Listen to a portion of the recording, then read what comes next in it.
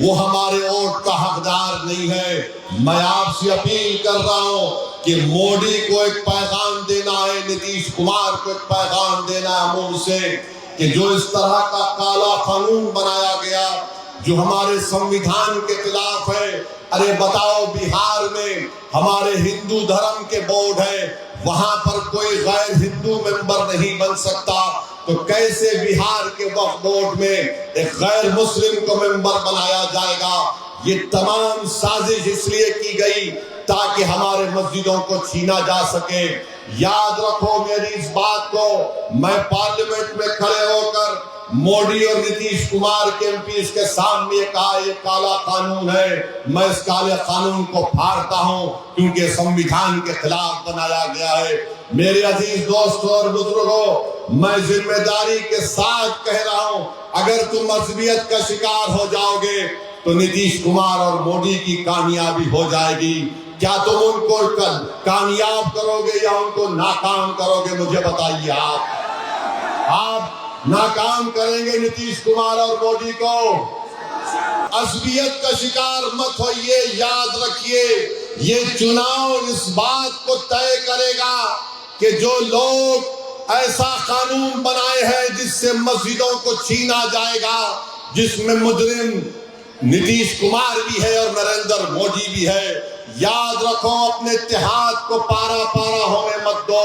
اتحاد اگر کمزور ہوگا تو ان کی ہمتیں اور حوصلے بڑھ جائیں گے۔ یہ سنویدھان کے خلاف ایک وقف کے قانون کو بنا کر ہماری مذہبی تشخص کو اور ہماری مذہبی شناخت کو چھیننے کی کوششیں کی جا رہی ہیں۔ جو پارٹی آج نتیش کمار کا نشان لے کر آ رہی ہے، میں ان سے پوچھ رہا ہوں، تم میرے ایک سوال کا جواب دو، کیا تم اس وقف قانون کی تائید میں ووٹ حاصل کرنے آئے ہو کیا؟ میں آج سیمانچل اور امور میں کھڑے ہو کر بے باکی کے ساتھ کہہ رہا ہوں کہ میں امور کی جنتا سے کہہ رہا ہوں کہ وقف کے قانون کے خلاف تم کو ووٹ دینا پڑے گا۔ یہ معاملہ اختر الایمان کا نہیں ہے، یہ معاملہ وقف کی جائیدادوں کو بچانے کا ہے، یہ معاملہ ہماری مذہبی شناخت کو بچانے کا ہے، یہ معاملہ ہماری مسجدوں کو بچانے کا ہے۔ بتاؤ، تم مسجد بچانے والے کا ساتھ دو گے یا مسجد کو چھیننے والے کا ساتھ دو گے؟ 11 تاریخ کو تم کو پیغام دینا پڑے گا، اپنے اتحاد کا پیغام دینا پڑے گا۔ ارے جو لوگ آج مجلس پر انگلی اٹھا رہے، میں اس وقت کمیٹی کا ممبر تھا، 6 مہینے میں اس کمیٹی میں لڑتا رہا۔ اس 45 ترمیمات کے خلاف میں نے 128 پیجز کی رپورٹ پیش کی۔ ارے آج مجھ پر انگلی اٹھانے والوں، پڑھو اس رپورٹ کو، اسد الدین اویسی کو معلوم ہو جائے گا کہ میں نے قانون کو سامنے رکھ کر یہ بتایا کہ تمام ترمیمات کا مقصد ایک ہی ہے کہ اس پر قبضہ حاصل کر لیا جائے۔ بتاؤ، اگر تمہارے گھر پر کوئی قبضہ کرتا ہے، کیا 12 سال کے بعد وہ مالک بن جاتا ہے؟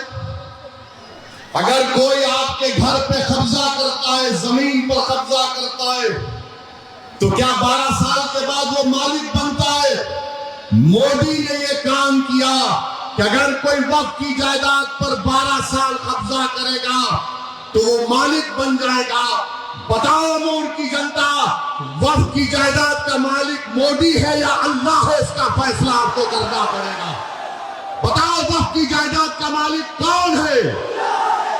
آج یہ قانون بنایا گیا کہ جو 12 سال اس پر قبضہ قابض رہے گا وہ وقف کا مالک بن جائے گا۔ یہ قانون نتیش کمار نے اور مودی نے بنایا۔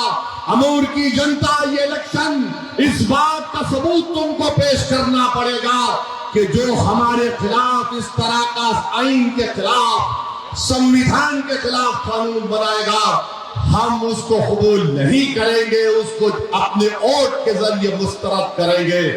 کیا آپ چاہیں گے کہ آپ کی درگاہوں کو چھین لیا جائے؟ کیا آپ چاہیں گے کہ آپ کے خانقاہوں کو چھین لیا جائے؟ کیا آپ چاہیں گے کہ میلاد النبی پر جو ہرا جھنڈا لگایا جاتا ہے اس کو کوئی روک دیا جائے؟ یہ فیصلہ آپ کو کرنا ہے میرے عزیز دوستوں اور بزرگوں۔